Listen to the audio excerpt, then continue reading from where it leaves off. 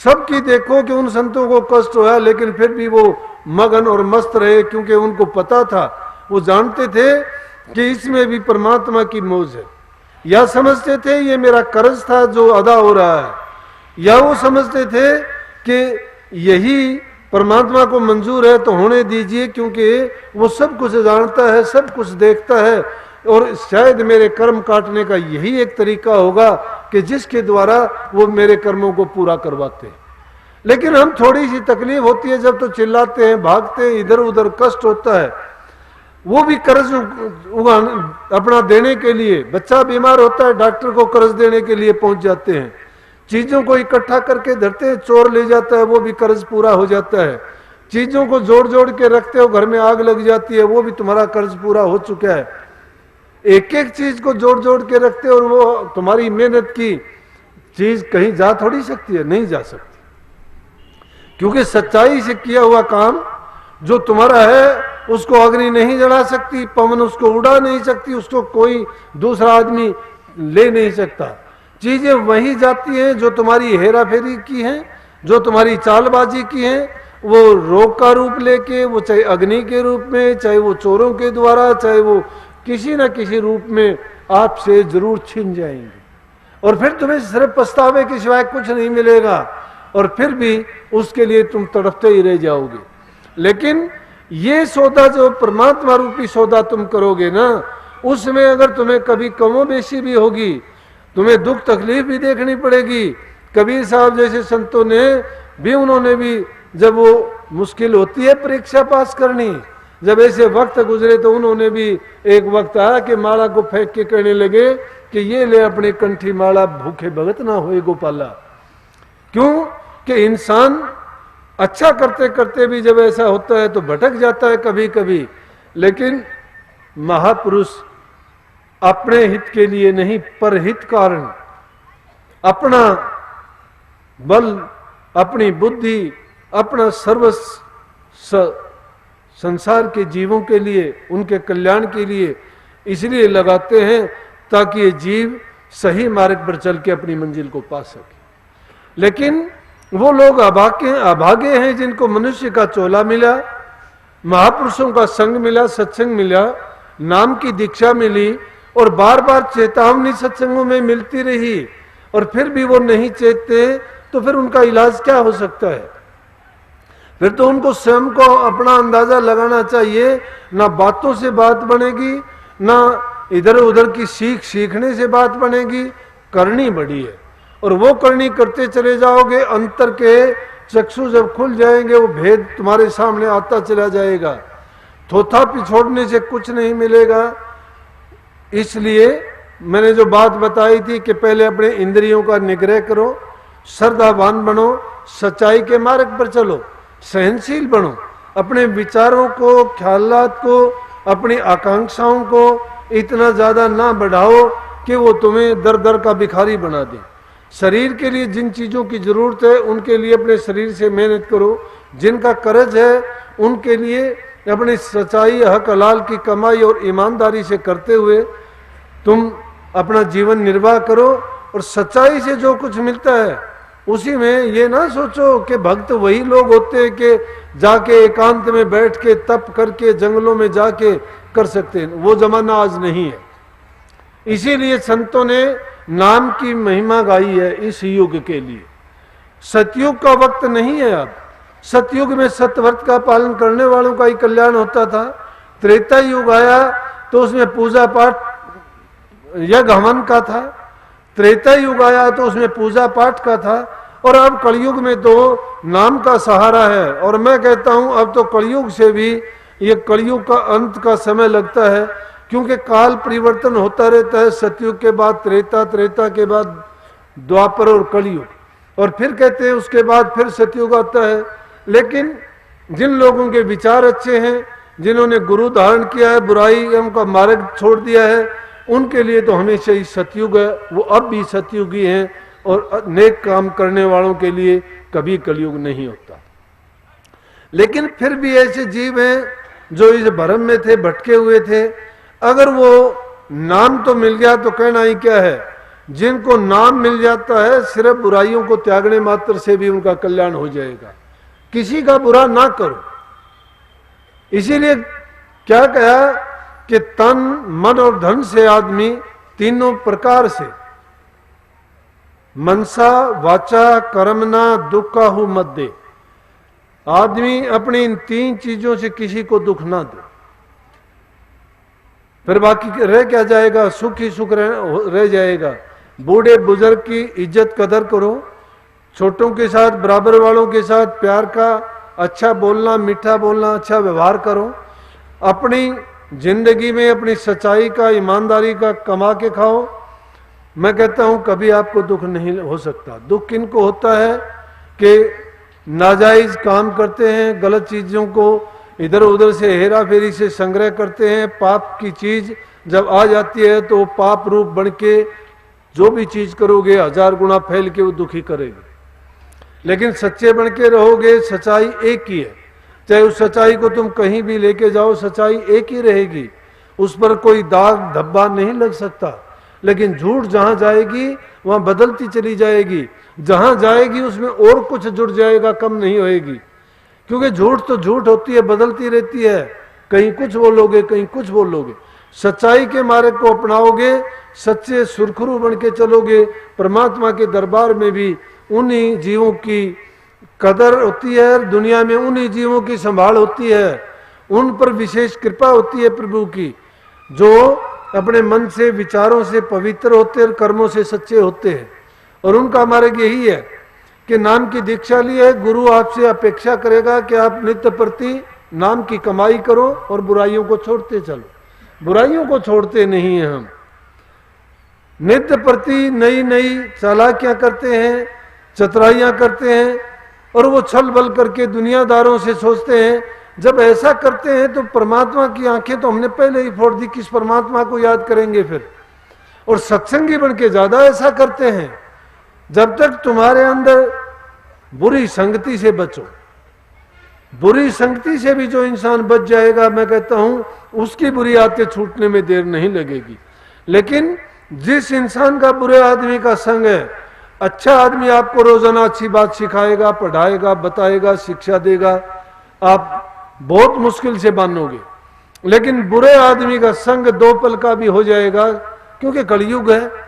2 पल का संग भी आपके वो इतने दिन का किया क्या मिट्टी में मिलाते देर नहीं लगेगा, और बुरी आदत 1 पल में आ जाएगी। क्यों आ जाएगी कि जाहिर में, प्रगट में, और वो बहुत जल्दी अपना फलदायक होती है बुरी चीजें।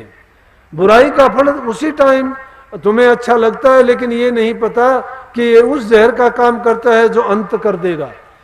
लेकिन अच्छे काम का फल बहुत देर से मिलता है, परंतु क्या कर देगा कि वो आपको मन को ऐसा पवित्र और शुद्ध कर देगा कि आपको मानसिक रूप से बल मिलेगा, आप में आत्मीयता जागेगी, और उतने ही आप प्रभु के नजदीक चले जाओगे, क्योंकि प्रभु का रूप है प्रेम रूप। जब आपके अंदर प्रेम प्रकट होगा तो समझो कि प्रभु की कृपा बरसनी आपके ऊपर शुरू होगी। जब आपके हृदय में प्रेम नहीं है, द्वेष है, ईर्ष्या है, निंदा है, या और दूसरी बातें उठती, हर एक के उठती हैं। सत्संगियों को चाहिए कि ऐसे उठने वाले ख्यालात को छोड़ता जाए, उनको तवज्जो ना दे, ध्यान ना दे। आप कहोगे कैसे बचें, कि जब ऐसे ख्यालात उठते हैं तो अपने आप को लानत देनी चाहिए, गुरु को याद करना चाहिए। इसीलिए गुरु का ध्यान करने के लिए कहा गया कि जो गुरु के अंदर गुण हैं, जब गुरु को आप याद करोगे और गुरु के गुण आपके अंदर प्रवेश करेंगे, तो अंदर में भी एक लड़ाई होगी, बुराई की और भलाई की। ये भी वैसी लड़ाई है जिस तरह से दैत्यों की और मानव की लड़ाई चलती रहती है, राक्षस और देवताओं की लड़ाई जैसे चलती है, हमारे अंदर भी ये लड़ाइयां चलती रहती है, बुरे ख्यालात की और अच्छे ख्यालात की। जब बुरा ख्यालात कोई भी उठता है तो अच्छा ख्यालात उसको काटने की कोशिश करता है, लेकिन क्या होता है कि अंत में जीत बुराई की हो जाती है और हम वो बुरा कर बैठते हैं। लेकिन जो गुरु का भगत होता है, जिसमें गुरु की श्रद्धा होती है, वो अपने निमित्त कोई काम नहीं करता, अपने निमित्त जो काम करता है वो अभिमानी बन जाता है, और अभिमान जिस इंसान में आ जाता है वो उसको गिरा देता है। लेकिन गुरु की शरण होके जो गुरु के अर्पण करता चला जाता है।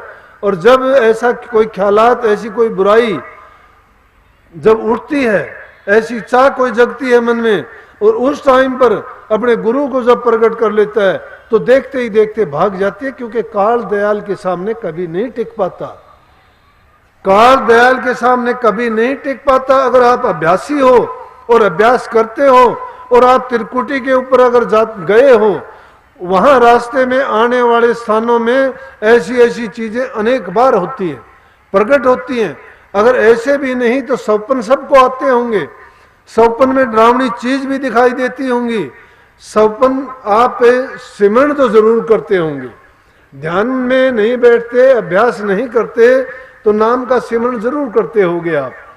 लेकिन जब भी स्वप्न में ऐसी कोई डरावनी चीज, कोई घटना ऐसी होती है तो आप उस वक्त में नाम का सिमरण करके देखना, तो वो चीजें गायब हो जाएंगी। क्यों हो जाएंगी? कि जितनी भी बुरी चीज, राक्षस प्रवृत्ति की चीज, जो बुरे ख्यालात हमारे हृदय में प्रकट होके स्वप्न के रूप में दिखाई देते हैं, उस टाइम में सतगुरु को जब याद करेंगे, उस सतगुरु के सत्य रूपी गुण जब प्रकट होंगे तो बुरी चीजें अपने आप भाग जाएंगी। जिस प्रकार से दीपक के जलाने से अंधकार का विनाश हो जाता है, जिस प्रकार से सूर्य उदय होते ही रात का अंधेरा गायब हो जाता है, ये नहीं पता वो कहां गया। जब रात के सन्नाटे में देखते हो चारों तरफ अंधेरा है, और उस अंधेरे के मिटाने के लिए तुम चाहे सारे जंगलों को आग लगा दो, कितने तेल के भंडारों को आग लगा दो, फिर भी वो अंधेरा गायब नहीं हो सकता। लेकिन जब सूर्य उदय हो जाता है, जब वो प्रकाश होता है, तो अंधेरा गायब हो जाता है। चाहे उसके सामने कितने बादल सामने आके अट जाएं, सूर्य के प्रकाश को कितना ही रोक लें, फिर भी अंधेरा नहीं छा सकता। इसी प्रकार से जब तुम्हें आत्मबोध हो जाएगा और आत्म ज्ञान हो जाएगा, ये गुरु का ज्ञान है, ये वो नाम का ज्ञान है, ये दिव्य ज्योति है।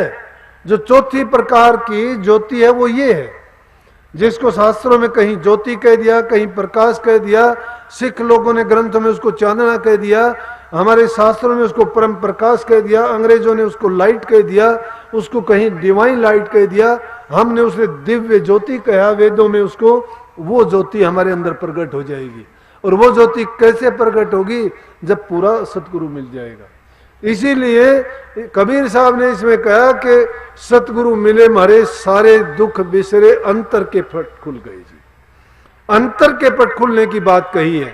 बाहर के पट तो सबके खुले हुए हैं, बाहर की चीजों को खूब देखते, पहचानते, समझते हैं, लेकिन अंतर के पट खुलने की बात कही गई है।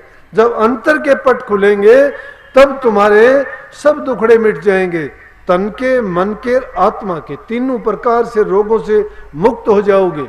फिर जन्म जन्मांतरों का कर्म का बोझ था वो तुम्हारे सिर से चले जाए। जगात उन लोगों को लगती है जिनके सिर पर गठड़ी होती है सामान की, लेकिन जिसने अपनी जगात चुका दी,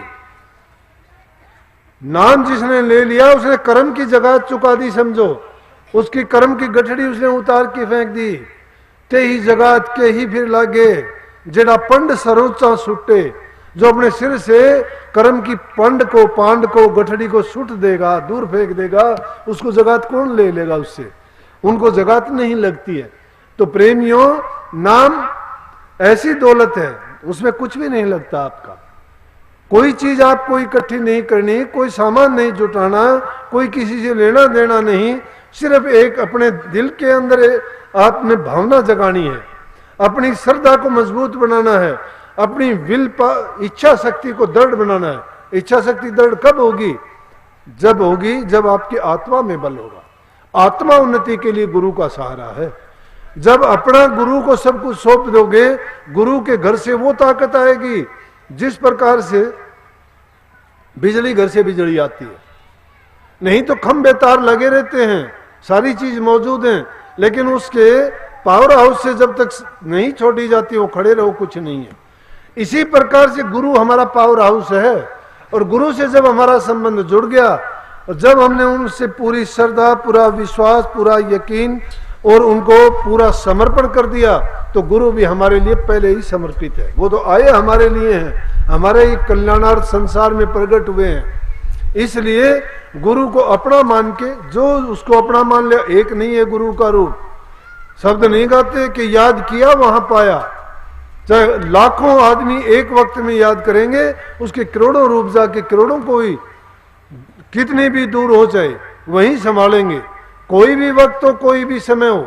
लेकिन ये तो नहीं हो सकता प्रेमियों, कभी याद तो 360 दिन में याद करो नहीं, दुख तकलीफ आया उस दिन याद करो, तो बेवकूफ वो भी नहीं है।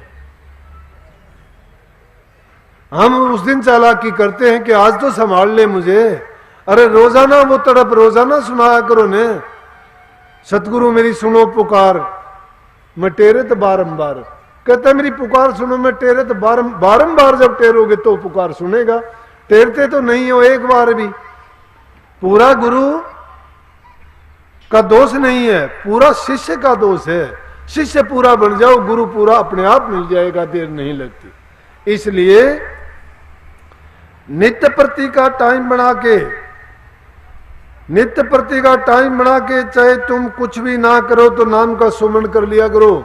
आपको वो इस प्रकार से एक जरूरत बन जाएगी, जिस प्रकार से भोजन के बिना नहीं रह सकते, पानी के बिना नहीं रह सकते, पखाना जाई बिना नहीं रह सकते, उसी प्रकार से जब आदत पक जाएगी उसकी बिना भी नहीं रह पाओगे। जब इतनी आदत बन जाए और जिस दिन भी चूक हो जाए उस दिन अपने आप को अपराधी समझो कि मेरे से आज बहुत बड़ी गलत हुई है। जब ऐसी बात तुम में आ जाएगी फिर समझ लेना कि तुम उस मार्ग पर चल पड़े हो। फिर तुम्हें यह परवाह करने की जरूरत नहीं, मुझे प्रकाश दिखाई दे, मुझे शब्द सुनाई दे, मुझे ये दिखाई दे, मुझे कौन सी मंजिल पे पहुंचाऊं। ये आपका काम नहीं है। ना हमें मंजिल की जरूरत, ना प्रकाश की जरूरत। हमें जरूरत है कि अपने आप को एक सही मार्ग पर डालने की। फिर आगे गुरु की जिम्मेवारी है, वो हमें अपने आप संभालेंगे, अपने आप करेंगे। पहले गुरु के बन के दिखाओ। लेकिन ये भावना कब जगेगी? जब हम अपनी कमियों को दूर कर देंगे। तो इस प्रकार से आज जरूरत है सब और दूसरी चीजों को प्रयास करते हैं। हर चीज की तरफ गौर करो, ख्याल करो। नाजायज तो किसी चीज को भी बर्बाद ना होने दो। पानी की बर्बादी अगर होती है तो कल को पानी की, मैं कहता हूं, ऐसी जरूरत बढ़ जाएगी कि इंसान पानी के बिना जीवित नहीं रहेगा। क्यों? आगे आने वाला समय ऐसा है जिसमें ये बात आज साफ नजर आती है कि आगे पानी नहीं रहेगा। क्यों? पानी को हम बुरी तरह से उसकी बर्बादी कर रहे हैं। लेकिन उसका तरीका है पानी का क्या करो कि तुम उसको प्रयोग में लाओ, कितना भी लाओ, लेकिन कम से कम घरों में एक ऐसा पाइप दबाओ जिसके कारण वो पानी वापस जमीन में सब चला जाए। बर्बादी नहीं होगी उससे। गंदगी से बचोगे, मच्छर नहीं होंगे, कीचड़ से बचोगे और वो पानी का संरक्षण भी हो जाएगा। तुम्हारा काम करके वो पानी वापस उसी में चले जाएगा। प्रकृति का नियम है। फिर किस प्रकार से अनाज को खाते हो, सब्जियों को खाते हो, जमीन में पैदा होती हैं, उनको उगाते हैं, बढ़ाते हैं और उनको खाते हैं। खाने के बाद फिर मिट्टी का रूप बना के फिर मिट्टी में डाल देते हैं। इसी प्रकार से ये एक चक्कर चलता रहता है। लेकिन उसको अगर बर्बाद करेंगे तो ये चक्कर खत्म हो जाएगा। पर्यावरण का बिगाड़ कर दिया हमने। पेड़ पौधों की कटाई करते, पेड़ पौधे लगाते कोई नहीं है। मैं तो आपसे कहता हूं कि ज्यादा अगर नहीं लगा सकते, घर की सजावट हो जाएगी। फूलों के पौधे लगाओ, तुलसी के पौधे लगाओ। जिस खेतों में तो बड़े पेड़ भी लगा सकते हो, फलदार पेड़ लगाओ। घरों में अमरूद लगा सकते हो, अनार लगा सकते हो, नींबू लगा सकते हो, मौसमी के पेड़ लगा सकते हो और फल का फल मिलेगा, पर्यावरण शुद्ध रहेगा और एक अच्छा काम करोगे कि जिस चीज की हमारी सभ्यता को जरूरत है उसकी पूर्ति होती रहेगी। तीसरा बहुत बड़ा जुल्म आज के समाज में हो रहा है भ्रूण हत्या का।